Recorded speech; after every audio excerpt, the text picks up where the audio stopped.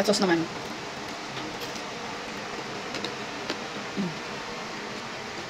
Sobrang siksik yung laman niya. Kung naghahanap ka ng authentic Middle Eastern cuisine, dito na yon sa Biryami. Located nga sila dito sa Jose Abad Santos sa Lawag, Dasmariñas, sa tapat ng Elijah Hotel. At kahit nga maraming dumadayo rito, mabilis naman ang kanilang service. Ito na guys, finally makakatikim na kami ng Biryami. This one, ito yung chicken biryami na box. And then nalagyan tayo dito cheese naan. Yung cheese naan. Beef shawarma. Ganyan kalaki yung big. Yung small size ng chicken shawarma. Ito yung samosa. Chicken samosa.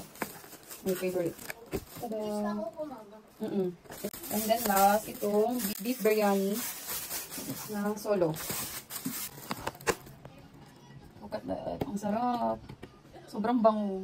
So since hindi ako kumakain ng beef, ito yung sa akin. Chicken biryani. So, ito yung itsura ng shawarma nila. Ayan.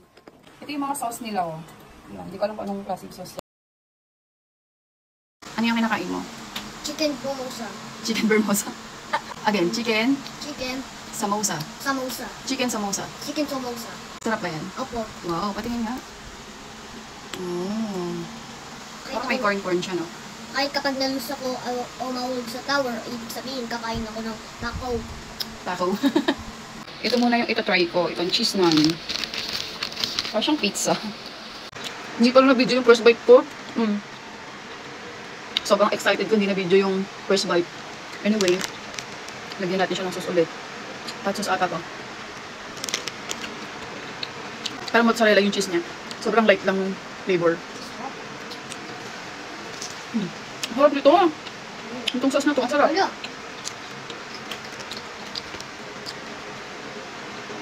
sarap.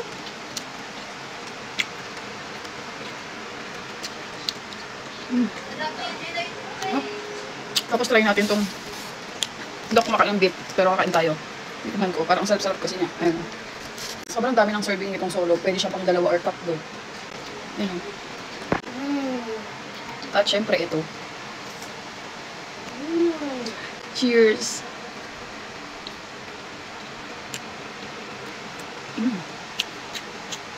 Hindi ako kumakain ng beef, pero nagustuhan ko siya. Sarap siya.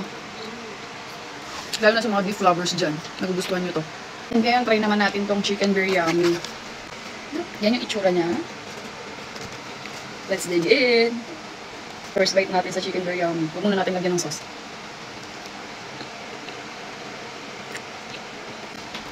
Yung chicken pa lang niya, ang lasa na. Tapos yung rice pa, ang sarap din.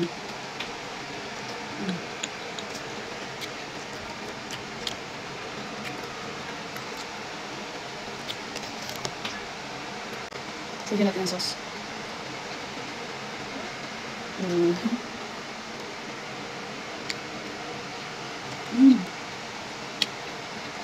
Sobrang sarap nito. Hindi ko ma-describe yung lasa nila ng tama. Pero ang sarap.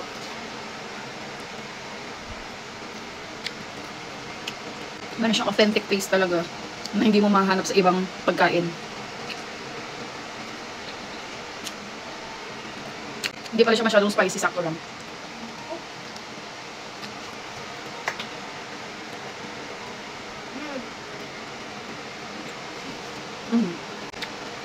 Sarap.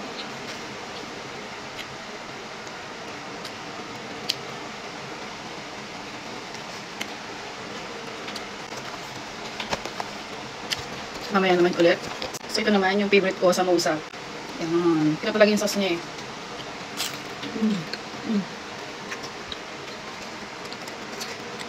50 pesos pala ang isa nito. Ang sarap.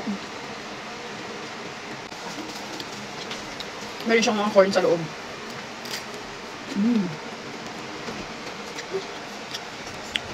Ito talaga yung type ko eh. Sauce na to.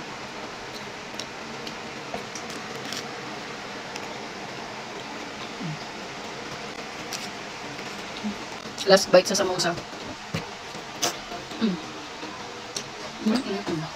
Ito ang sarap.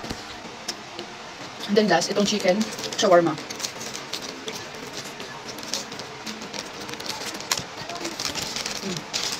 Ito yung small size. Siyempre, sausaw din natin dito.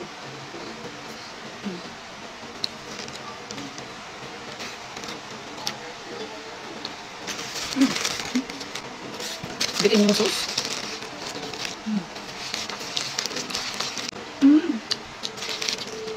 Meron siyang french fries sa loob. Meron siyang fries sa loob. Galing. Hindi ako nakakain ng shawarma na mayroong fries pa sa loob.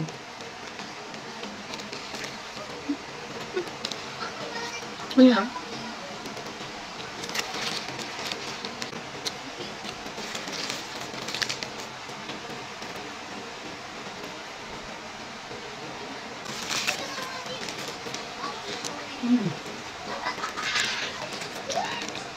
Ang sarap ng pagka-pita bread nito. Grabe, ang daming chicken sa loob. Yung pagka-pita bread, hindi siya makapal. Ayan, yan lang yung nipis niya. Last bite para dito sa shawarma. Lagyan natin ng sauce.